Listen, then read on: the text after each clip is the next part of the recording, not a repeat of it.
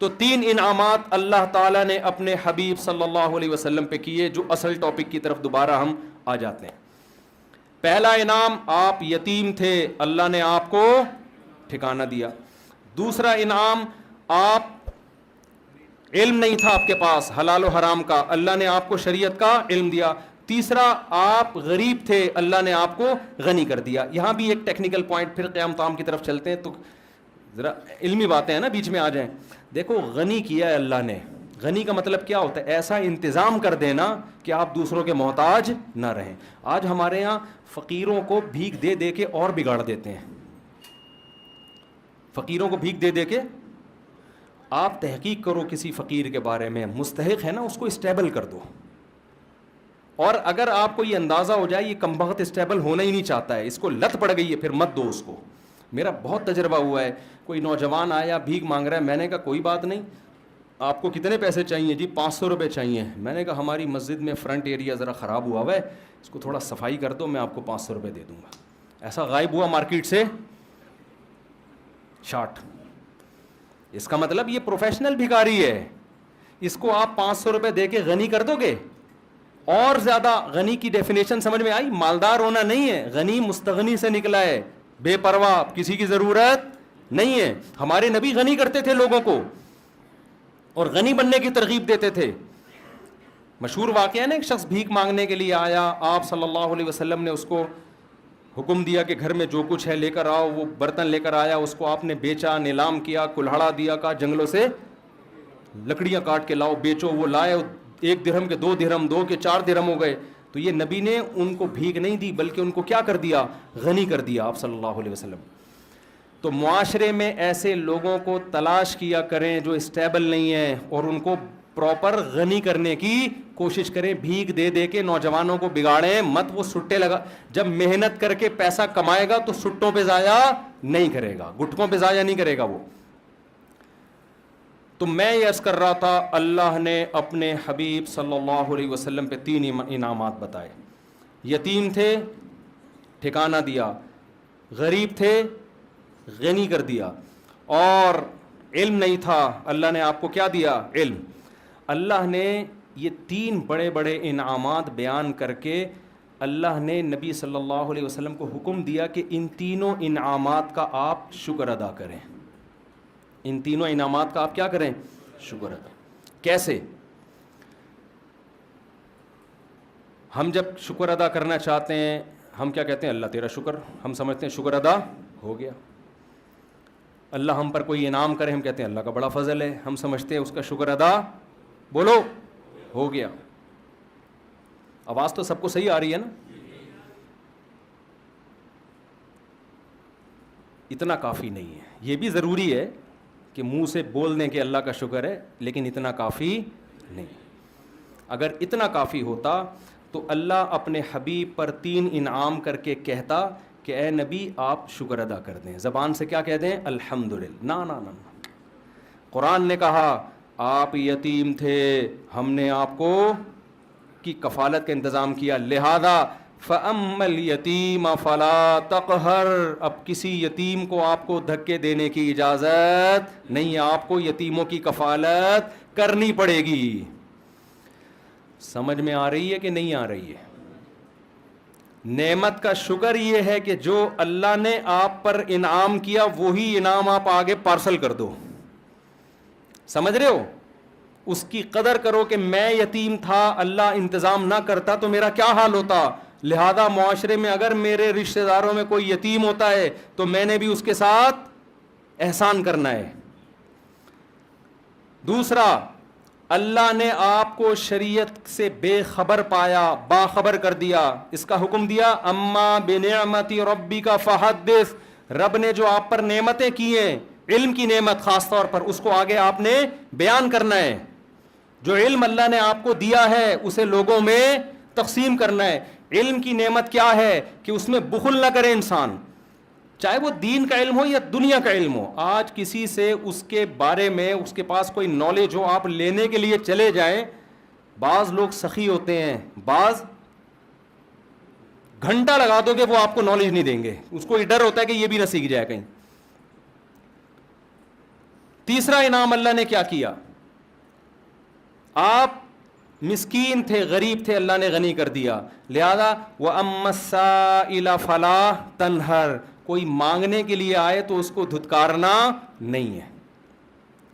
اس سے ہمیں کیا پتہ چلتا ہے بھائی، اس آیت سے، کہ اللہ ہم سے یہ چاہتے ہیں کہ جس نوعیت کا اللہ نے ہم پر احسان کیا، ہم اسی نوعیت کا احسان مخلوق پہ کرنا شروع کر دیں۔ سمجھ میں آ رہی ہے بات کہ نہیں آ رہی ہے؟ جس نوعیت کا اللہ نے احسان کیا، اور یہ بات قرآن میں دوسری جگہ بھی ہے۔ قارون کے بارے میں موسیٰ علیہ السلام نے قارون سے کہا احسن کما احسن اللہ الیک، تجھے اللہ نے بے تحاشا دولت دی ہے، اتنی دولت کہ لتنوء بالعصبۃ اولی القوہ، ایک بہت بڑی جماعت اونٹوں پہ چابیاں لے کے چلا کرتی تھی خزانوں کی، اتنی زیادہ دولت دی ہے۔ تو جب تجھے اللہ نے اتنی دولت دی کہ تجھ پر احسان کیا ہے، تو تو بھی اللہ کی مخلوق پر احسان کر۔ اگر کوئی دولت مند تاجر اپنی دولت پر سانپ بن کے بیٹھ جاتا ہے، بخل کرتا ہے، زبان سے کروڑہا گنا کہتا رہے کہ اللہ کا دیا میرے پاس بہت کچھ ہے، لیکن اللہ اتنی بات کو شکر ماننے کے لیے تیار نہیں ہے، اس کو اپنی دولت میں غریبوں پہ خرچ کرنا پڑے گا۔ سمجھتے ہو کہ نہیں سمجھتے ہو؟ تو میں اور آپ اللہ کے احسانات کے سمندر میں ڈوبے ہوئے ہیں، ہمیں دیکھنا ہے دائیں بائیں۔ سب سے بڑی نعمت جو ہمیں ملی ہے وہ توحید کی نعمت ملی، اللہ نے ہمیں مسلم گھرانے میں پیدا کیا۔ اس کا تقاضا یہ ہے کہ جو غیر مسلم ہیں ہم ان کو مسلم بنانے کی کوشش کریں۔ کذالک کنتم من قبل، اللہ نے صحابہ سے کیا فرمایا؟ جنگ میں صحابی رسول نے، ایک شخص آیا نا لڑنے کے لیے، تو جب وہ تلوار کی زد میں آیا تو اس نے فوراً کلمہ پڑھ لیا، تو صحابی رسول نے اس کو قتل کر دیا کہ یہ تو موت کے ڈر سے کلمہ پڑھ رہا ہے۔ ہمارے نبی کو علم ہوا، آپ صلی اللہ علیہ وسلم اتنا غضبناک ہوئے، فرمایا ہلا شققت قلبا، تم نے اس کے دل کو چیر کے کیوں نہیں دیکھا؟ تم کیسے کہہ رہے ہو کہ تلوار کے ڈر سے کلمہ پڑھا ہے؟ اس پہ قرآن کی آیت نازل ہوئی کذالک کنتم من قبل، اے ایمان والو تم بھی تو پہلے کافر تھے، اللہ نے اپنے فضل سے تمہیں کیا کیا؟ مسلمان بنا دیا۔ اب تم کسی کافر جو مسلمان ہو رہا ہے اس کے ساتھ ایسا سلوک کیوں کر رہے ہو؟ کیوں ایسا سلوک کر رہے ہو؟ تو اللہ نے آپ کو اسلام کی نعمت دی، اس نعمت کا تقاضا کیا ہے؟ اس اسلام کو دنیا میں پھیلانے کی کوشش کی جائے۔ اللہ نے آپ کو داڑھی رکھنے کی توفیق دی، اس نعمت کا تقاضا کیا ہے؟ کہ دوسروں کو بھی ہدایت کی کوشش کی جائے۔ اللہ نے آپ کو مال دیا، اس نعمت کا تقاضا یہ ہے کہ اس مال کو لوگوں میں خرچ کے دوسروں کو بھی مالدار بنانے کی کوشش کی جائے۔ اللہ نے آپ کو کوئی خاص علم دیا، ہنر دیا، اس کو اپنے پاس رکھ کے مت بیٹھو، اس علم کو لوگوں میں ڈیوائڈ کرنے کی کوشش کرو۔ بخیل اور کنجوس آدمی کیا کرتا ہے؟ وہ کہتا ہے اگر میں نے لوگوں کو بتانا شروع کر دیا تو میرے پاس ہجوم کم ہو جائے گا۔ حقیقت میں ایسا ہوتا نہیں ہے۔ دنیا میں جس کو اللہ نے نعمت دی اس نے ڈیوائڈ کیا ہے نا، تو اس کے پاس اس نعمت کے خزانے بڑھنا شروع ہو جاتے ہیں اور آتے ہیں اس کے پاس خزانے۔ تو یہ تین نعمتیں اللہ تعالیٰ نے بیان کی ہیں اور تین نعمتوں کا شکر بیان کیا۔ تو ان تین نعمتوں ہمیں تو ہزاروں اس کے علاوہ بھی ہیں، تو تین کو تو ہائی لائٹ کیا جا رہا ہے۔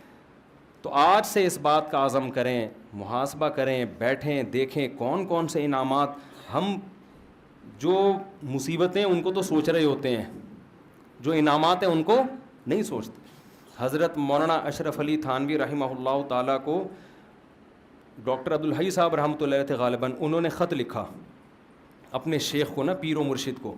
خط کیا لکھا کہ حضرت یہ پریشانی ہے، یہ ڈاکٹر عبدالحی صاحب کا واقعہ ہے نا، پریشانی ہے، یہ پریشانی ہے، یہ پریشانی، آپ دعا فرمائیں دعا فرمائیں، یہ پریشانی یہ پریشانی۔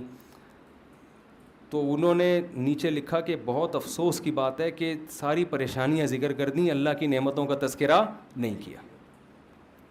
پہلے زمانے میں نا جو آپ کو اس طرح آپ کی اصلاح کرے اس کو پیر و مرشد کہا جاتا تھا۔ آج کل پیر و مرشد کا مفہوم ہی چینج ہو گیا ہے۔ آج کل پیر و مرشد کا مفہوم یہ ہے کہ یہ ہمیں بخشوا دے گا اور پتہ نہیں یہ روحانی ٹوپی ڈرامے کرے گا، جن چڑیل بھوت بگائے گا، اور الٹی سیدھی حرکتیں جو کر رہا ہو اس کو لوگ پیر و مرشد کہتے ہیں۔ تو سارا دن آپ بیٹھ کے تھوڑی دیر سوچیں گے نا، آپ کو لگے گا کہ اللہ کے آپ پر بے پناہ احسانات۔ میں اسلام آباد میں تھا، وہاں ایک شخص کے بارے میں پتہ چلا، کروڑ پتی آدمی ہے، بہت بڑا بنگلہ اس کا۔ ہمارے ایک دوست کی اس سے سلام دعا تھی، اس کی بینائی چلی گئی اور اس نے بہت کوشش کی، وہ بینائی واپس نہیں آئی۔ ایک دن وہ کہنے لگا اپنے اس دوست سے نا کہ ایک ٹھیلے والا بھٹے نہیں بیچ رہے ہوتے، جو بھٹا بیچ رہے ہوتے،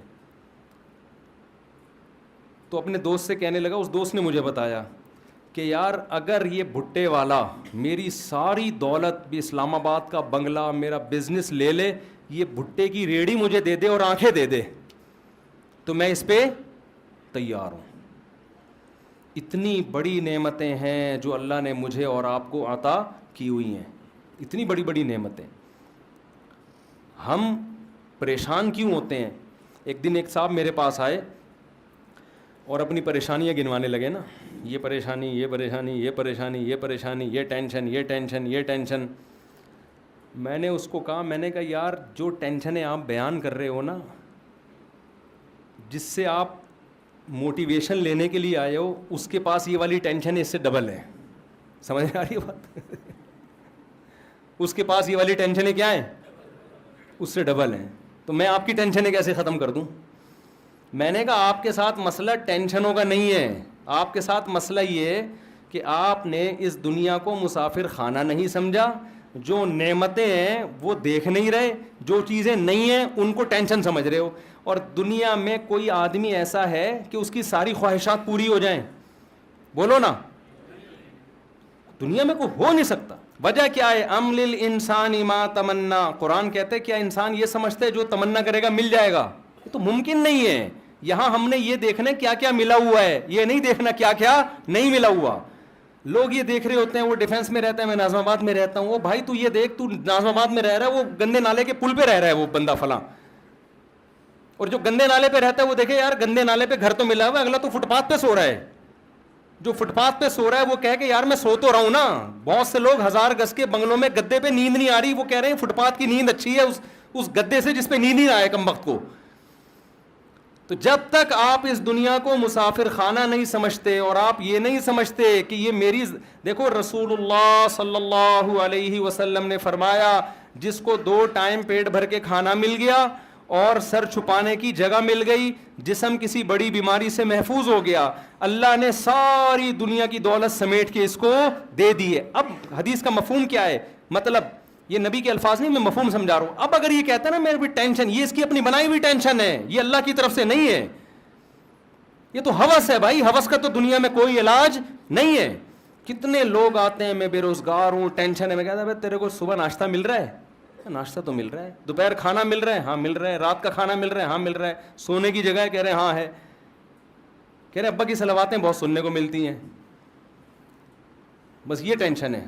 تو میں نے کہا 2-4 ٹینشنیں تو ہونی چاہیے نا زندگی میں، یہ والی ٹینشن بھی ختم ہو جائے پھر تو اور جنت میں چلا گیا نا۔ تو ایک ٹینشن برداشت کر لے، فری پھوکٹ کا تجھے پراٹھے مل رہے ہیں صبح کے، فری پھوکٹ کا تجھے ابا کے خرچے پہ کیا مل رہا ہے، بھلے صلواتیں سن کے مل رہے۔ بھیکاری کو آپ 2 روٹی 2 گالیاں دے کے، وہ کہے گا 2 اور دے دے، 4 گالیاں اور لگا دے ساتھ میں، کیونکہ بھیکاری کو اندازہ ہے کہ 2 پراٹھوں کی کیا، میرے منہ سے روٹی نکلتی نہیں ہے، لفظ نکلتا ہے پراٹھا ہی نکلتا ہے، پتہ نہیں کیوں۔ کیونکہ جب بھی باہر دنیا میں ٹریولنگ ہوتی ہے نا سب کچھ ملتا ہے، کراچی کے ہوٹل کے پراٹھے نہیں ملتے۔ ابھی میں سعودی عرب سے آیا ہوں کل، نہیں مزہ آیا یار، پراٹھے نہیں تھے، تو اس لیے میرے منہ سے روٹی کا لفظ نکلتا ہی نہیں ہے۔ تو بھیکاری کو آپ جس کے پاس کچھ بھی نہیں ہے، آپ اس کو موٹی موٹی گالیاں دے کے 2 پراٹھے پکڑا دو، غصہ کرے گا وہ؟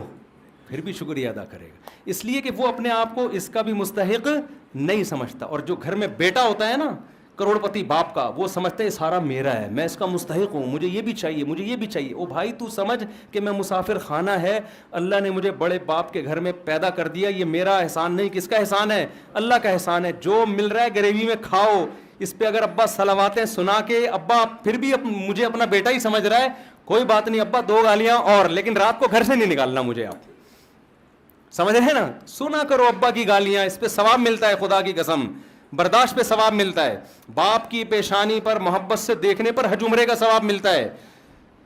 تو ایسے ہی تھوڑی مل جاتا ہے یہ.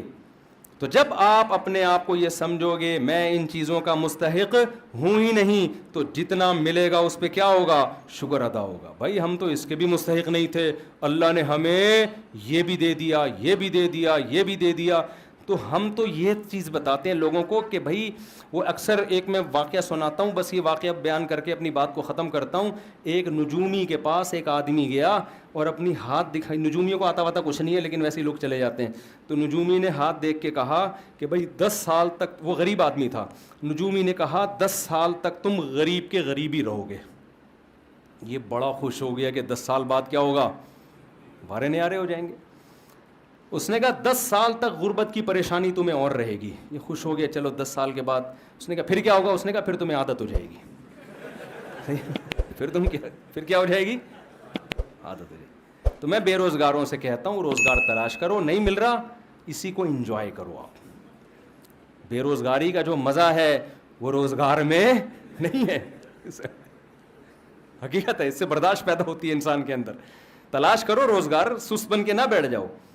جب کوئی پریشانی آئے, دنیا کیا ہے, مسافر خانہ, فنا ہونے کی. یہاں بڑے بڑے خوشحال لوگ آئے, وہ چلی گئی 96 سال میں یار, ہیں بھائی 96 توپوں کی, 96 میں گئی 98 میں گئی ہے, 96 سال میں 96 توپوں کی سلامی دی گئی ہے اس کو. اب فرض کر لو میں اور آپ, اگر ہم تو برطانیہ کے ویزے کے لیے ترس رہے ہوتے ہیں نا, مل جائے تو بڑے خوش. اس کو ویزا نہیں ملا, برطانیوں کی ماں تھی وہ, برطانیوں کا باپ تھا وہ. ہمیں اگر برطانیہ کا باپ بنا دیا جاتا تو 96 سال کے بعد بھی ہمارا وہی حشر ہونا تھا جو ملکہ برطانیہ کا ہوا ہے. تو یار نتیجہ تو سب کا ایک ہی جیسا ہے نا. پائپ کے منہ میں بیٹھو یا پائپ تمہارے منہ میں ہو, رزلٹ ایک ہی ہے. جب رزلٹ وہی نکل رہے ہیں بھائی اس کا, تو کیا ہے یار, جس نے زیادہ سموسے کھا لیے, جس نے 2 پراٹھے کھا لیے, جس نے نہیں کھایا, جو روزگار ہے, جو بے روزگار ہے, تھوڑے دنوں کی کہانی ہے. رزلٹ کیا ہونے والا ہے, ایک جیسا. قبرستان جایا کرو, ڈیفینس کے تو خاص طور پہ جایا کرو قبرستان. بڑے بڑے لوگ یہاں نیچے دفن ہوتے ہیں, تو جا کے دیکھا کرو یار, یہ فلاں کا بنگلہ, یہ فلاں کا بنگلہ. ابھی ایک دفعہ میں جب گلشن اقبال میں رہتا تھا نا پہلے, تو میں گھر تلاش کر رہا تھا گلشن اقبال میں. تو کسی نے مجھے کہا یہاں بڑا VIP سا قبرستان ہے. میں نے کہا یار قبر میں جانے کے بعد نہیں پتہ چلتا کہ VIP ہے یا اورنگی ٹاؤن کا قبرستان ہو, گندے نالے کا قبرستان ہو, یا ڈیفینس کا. اندر سے سارے کیا ہوتے ہیں, جتنے کیڑے ایک غریب رکشے والے کی لاش پہ ہوتے ہیں, اتنے ہی میرے بھائی معذرت کے ساتھ ڈیفینس والوں کی لاش پہ بھی اتنے ہی کیڑے ہوں گے. تو یہ ڈیفینس آپ لوگ رہتے ہو نا, یہ زیادہ 2 ٹکے کی خدا کی قسم رہو آپ, ایسا نہ چھوڑ کے آپ گندے نالے چلے جاؤ, یہ مطلب نہیں ہے. کیونکہ وہاں جاؤ گے تو جلدی قبرستان جانے کا چانس ہوگا, وہاں ڈینگی وینگی نالوں میں بہت پھیلا ہوا ہے آج کل. تو لیکن حقیقت یہ ہے کہ 2 ٹکے کی ویلیو, ان چیزوں سے دل لگانے کی بالکل کوشش مت کرو. ان کی حیثیت صرف اتنی ہے کہ ٹرین میں آپ سفر کر رہے ہو, آگے اسٹیشن پہ آپ نے اتر جانا ہے, کوئی دروازے پہ لٹک کے جا رہا ہے, کوئی نیچے بیٹھ کے جا رہا ہے, کوئی اکانومی کلاس میں جا رہا ہے, اور کوئی بزنس کلاس میں جا رہا ہے. آگے جا کے سارے کیا ہو جاتے ہیں, دنیا میں تو پھر بھی برابر نہیں ہوتے. بزنس کلاس والے کو ذرا پروٹوکول کے ساتھ لینے کے لیے آئے, لیکن اللہ کے ہاں آگے جا کے سب کا اینڈ کیا ہے, برابر, ختم, فنش. تھوڑے دن کی کہانی ہے. اور یہ ملکہ برطانیہ کا بار بار سوچا کرو یار, 96 سال میں اس کو 96 توپوں کی, میں نے خبر سنی 96 توپوں کی سلامی. یار توپوں کا کتنا خرچہ کرا دیا اس نے. اللہ یہ بھی پوچھے گا, یہ تیرے باپ کے پیسوں سے جو یہ توپیں جو ہے نا تیرے اوپر خرچ ہو رہی ہیں, یہ تو قوم کا پیسہ ہے. اللہ پوچھے, اللہ تو ایک ایک چیز کا حساب لے گا کہ 96 تو 1 مہینہ تک تو رہی ہے. کتنے دن جنازہ دفنایا گیا, کتنے دن بعد ہیں, پتہ نہیں 18 دن تک. اتنے پھول, اتنے پروٹوکول, اتنے یہ سارا خرچہ ہوا ہے. یہ قبر میں نکلے گا خرچہ. اللہ پوچھے گا انسانوں, ہم وصیت کرتے ہیں ہمیں ایسا پروٹوکول. اول تو ہم کو یہ اتنی بڑی چیز نہیں ہے, اگر بن بھی گئے نہیں بھائی ہمیں نہیں چاہیے. ہمیں حضرت ابو بکر نے کیا وصیت کی تھی, نیا کفن بھی مت دینا. حضرت ابو بکر کی ویلیو تو بہت بڑی تھی نا, لاکھوں مربع میل کے حکمران تھے. عمر پہ حکومت کی ابو بکر نے, جن کے ماتحت عمر اور ابو ہریرہ اور ابن مسعود جیسے لوگوں, کتنا بڑا حکمران ہوگا. وصیت کر رہے, میں جب مر جاؤں تو مجھے پرانے کپڑوں میں دفنانا, نیا کفن مجھے مت دینا. نئے کپڑے زندہ لوگوں کے لیے ہیں, جانے والوں کے لیے نئے کپڑے نہیں ہوتے. وہ سمجھتے تھے بھائی یہ مسافر خانہ ہے. تو غیر مسلموں کی چیزوں سے متاثر مت ہو خدا کا واسطہ. ملکہ برطانیہ سے ہمیں کوئی وہ نہیں ہے, کوئی چڑ نہیں ہے, کوئی میرا کلپ بنا دے ملکہ برطانیہ کے خلاف, وہ تو سب کے ساتھ ایسا ہی ہوتا ہے, وہاں یہی پروٹوکول ملتا ہے. لیکن میں تو آپ کو اسلام اور غیر اسلام کا فرق بتا رہا ہوں, ملکہ برطانیہ اور اسلام کا فرق نہیں بتا رہا آپ کو, ہماری ملکہ اور ان کی ملکہ کا فرق نہیں. ہمارے ہاں تو ملکائیں جاتی ہیں تو وہ دفنانے کے لیے چیز, ہماری ملکہ تو بے نظیر بھٹو تھی نا, ہمارے ہاں تو ملکہ جاتے ہیں الگ اسٹائل سے ہیں. کوئی بم دھماکے میں جا رہا ہے اس کو کیا پروٹوکول, ضیاء الحق گیا وہ بوٹی بیچارے کی وہ شہادت کے بعد کچھ 2-4 چیزیں ملی ہیں, تو ہم تو ویسے ایسا پروٹوکول دے ہی نہیں سکتے. ہمارے یہاں نیچرل طریقے سے نہیں جاتے لوگ, ٹھیک ہے نا, ہمارے یہاں نیچرل سسٹم ہی نہیں ہے بڑے لوگوں کے جانے کا دنیا سے. ہمارے یہاں کوئی دھماکہ ہوتا ہے وہ چلے گئے جی, اخبار میں آ گئے جی انتقال ہو گیا, کیسے ہوا یہ زیادہ ڈیٹیل میں جاتے ہی نہیں ہماری قوم. تو دنیا کو مسافر خانہ جب انسان سمجھتا ہے تو مال کی محبت اس میں کم ہوتی ہے, پھر اللہ کے شکر کرنے کا پھر شکر کرنے کا جذبہ پیدا ہوتا ہے. مجھے اللہ نے یہ بھی دیا, مجھے اللہ نے یہ بھی دیا, مجھے اللہ نے یہ بھی دیا, تو پھر خرچ کرے گا نا. پھر نبی پر اللہ نے احسانات گنوائے تو نبی نے بھی اس کا شکر ادا کیا, تو اللہ ہم پر بھی احسانات گنواتا ہے. اور اگر ہم یہی بیٹھے رہے ہم پر احسانات کیا ہے, میرے لیے تو یہ ٹینشن ہے, میرے لیے تو یہ ٹینشن ہے, تو شکر کے خاک ادا کرے گا بھائی. شکر وہی ادا کرتا ہے جو مانتا ہے کہ اللہ کے مجھ پر احسانات ہیں, اور مانتا وہ ہے جو دنیا کو مسافر خانہ سمجھتا ہے, جو یہ سمجھتا ہے کہ میری نیڈ یہ نہیں ہے, میری ضرورتیں یہ نہیں ہیں, مجھے میری ضرورتوں سے بہت زیادہ دے دیے. اللہ تعالی ہم سب کو سمجھنے کی, عمل کی توفیق عطا فرمائے.